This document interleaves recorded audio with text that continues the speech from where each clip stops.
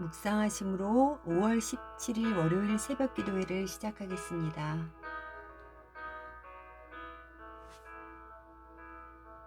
주님 내 길을 잘 아시고 내 걸음 아시네. 어둠에서 빛을 내시는 그분을 믿네.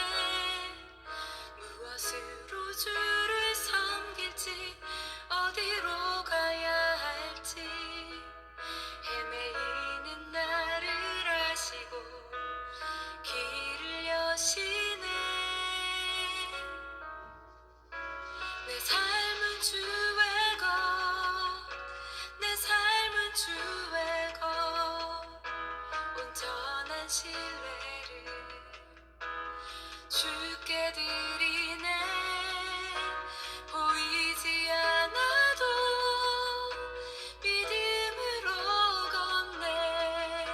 주 영광 바라보며 주만 따르네.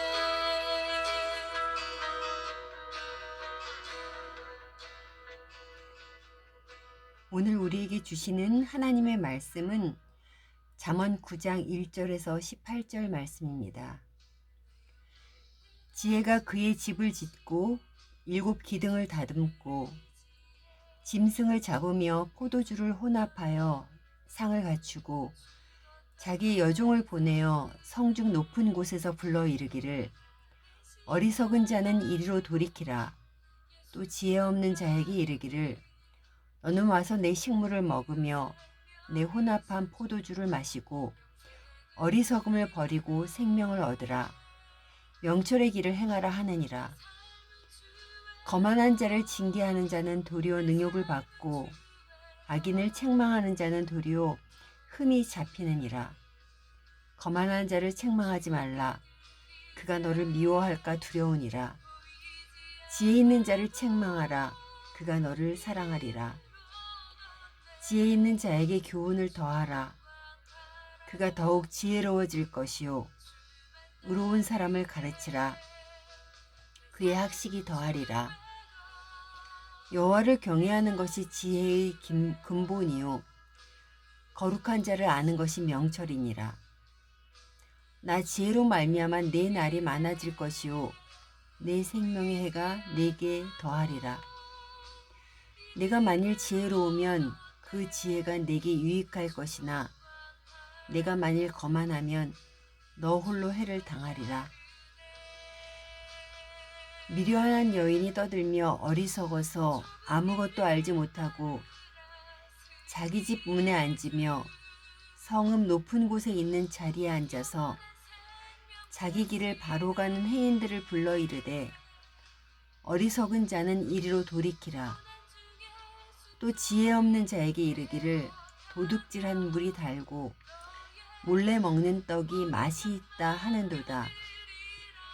오직 그 어리석은 자는 죽은 자들이 거기 있는 것과 그의 객들이 수월 깊은 곳에 있는 것을 알지 못하느니라.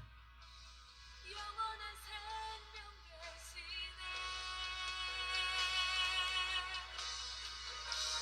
고난 중에 순종을 배워가며 너의 모든 삶 맡겨드리라.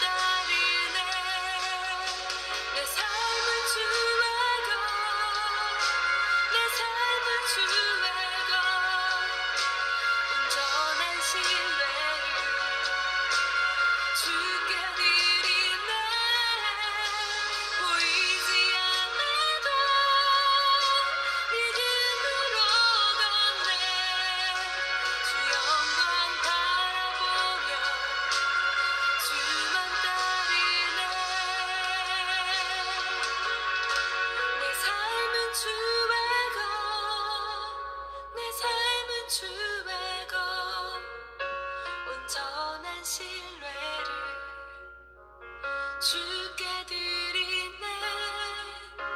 보이지 않아도 믿음으로 걷네. 주 영광 바라보며 주 영광 바라보며 주 영광 바라보며 주만 따르네.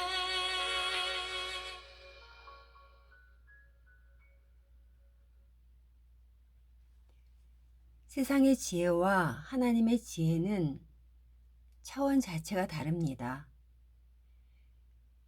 아무리 세상에 지혜가 많은 사람이라 할지라도 진정한 옳고 그름을 분별하지 못하기 때문입니다. 그러면 진정한 옳고 그름을 분별한다는 것은 무엇입니까? 10절입니다. 여호와를 경외하는 것이 지혜의 근본이요 거룩하신 자를 아는 것이 명철이니라. 근본이라는 것은 시작을 뜻합니다. 지혜의 시작은 하나님을 경외하는 데 있다는 것입니다. 그리고 거룩하신 분을 아는 것이 명철이라는 것은 하나님을 아는 것이 최고의 분별력, 통찰력이라는 것입니다. 하나님께로 향하는 것과 하나님께로 향하지 않는 것을 구별하는 능력입니다. 그래서 세상에서 아무리 뛰어나다 해도 하나님을 알지 못한다면 진정한 옳고 그름을 분별하지 못하는 것입니다. 오늘 본문에는 지혜의 초대와 음녀의 초대가 대조를 이루고 있습니다. 1절에서 6절에서는 하나님의 지혜는 잔치상을 차려놓고 여종을 보내어 성중 높은 곳에서 어리석은 자와 지혜 없는 자를 부릅니다. 와서 잔치에 참여하여 어리석음을 버리고 생명을 얻고 명철의 길을 행하라고 부릅니다. 그러나 그 부름에 응하지 못합니다. 왜 그렇습니까? 7절에서 8절 상반절입니다. 거만한 자를 징계하는 자는 도리어 능욕을 받고 악인을 책망하는 자는 도리어 흠이 잡히느니라. 거만한 자를 책망하지 말라. 그가 너를 미워할까 두려우니라. 거만한 사람은 자신이 행하는 것이 지혜롭다고 생각하기에 훈계와 책망을 받아들이지 않습니다. 오히려 훈계와 책망을 주는 사람을 비난할 것입니다.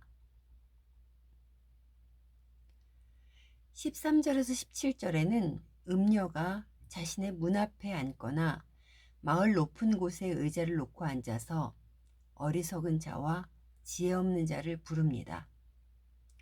훔쳐서 마시는 물이 더 달고 몰래 먹는 떡이 맛이 있다 하며 부릅니다.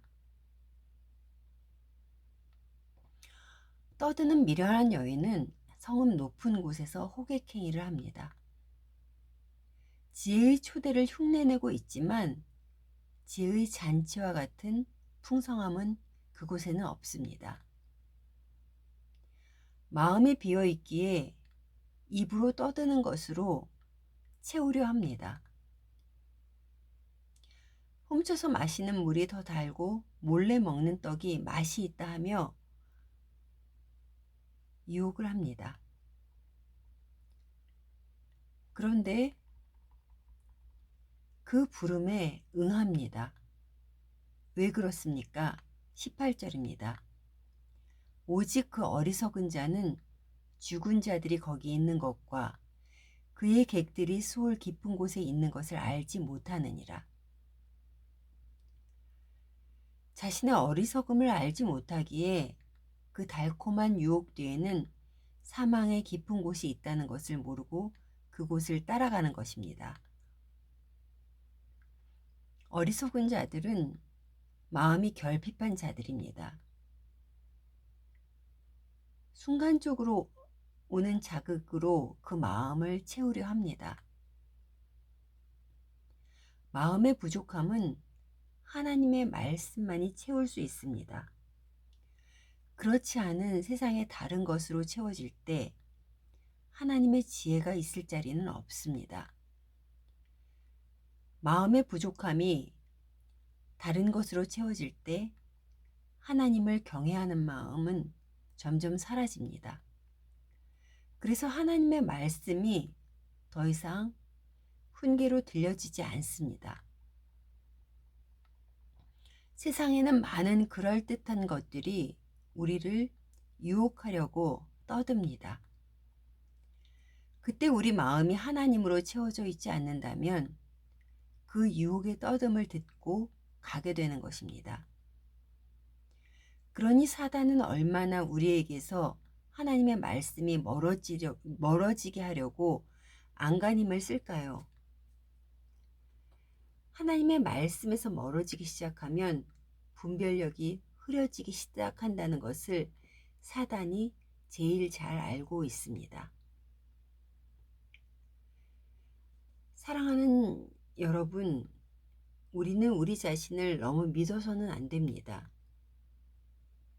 늘 하나님의 말씀으로 우리의 마음을 가득 채워야 하며 어떠한 일이든지 성령님께 묻고 나아가야 합니다. 그렇지 않으면 비어있는 마음이 세상에 떠드는 소리를 쫓아가기 때문입니다. 오늘도 생명이 가득한 지혜의 잔치 자리에 함께 하시는 여러분의 일상이 되기를 간절히 소원합니다.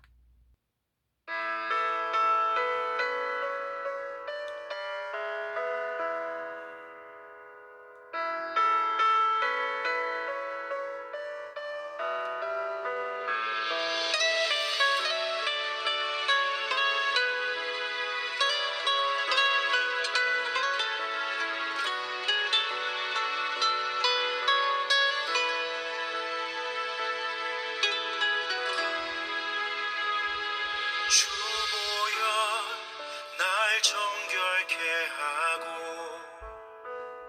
주보여 날 자유케 하니 주 앞에 나 예배하는 이 시간 나의 모든 것을 주께 드리네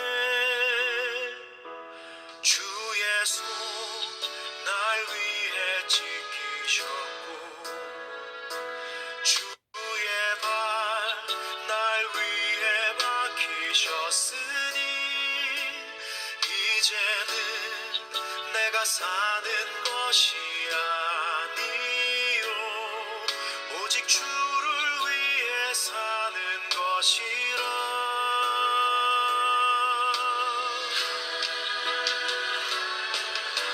주의 손에 나의 손을 포개고 또 주의 발에 나의 발을 포개요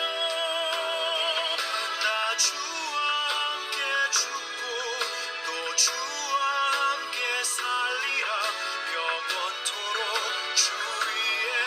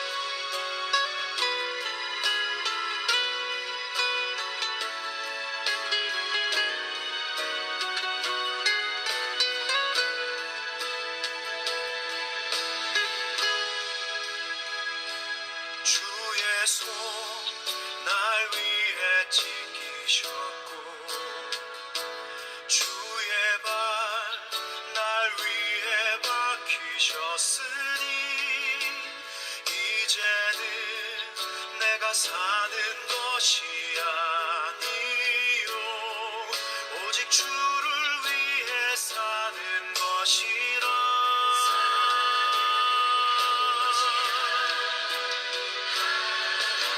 주의 손에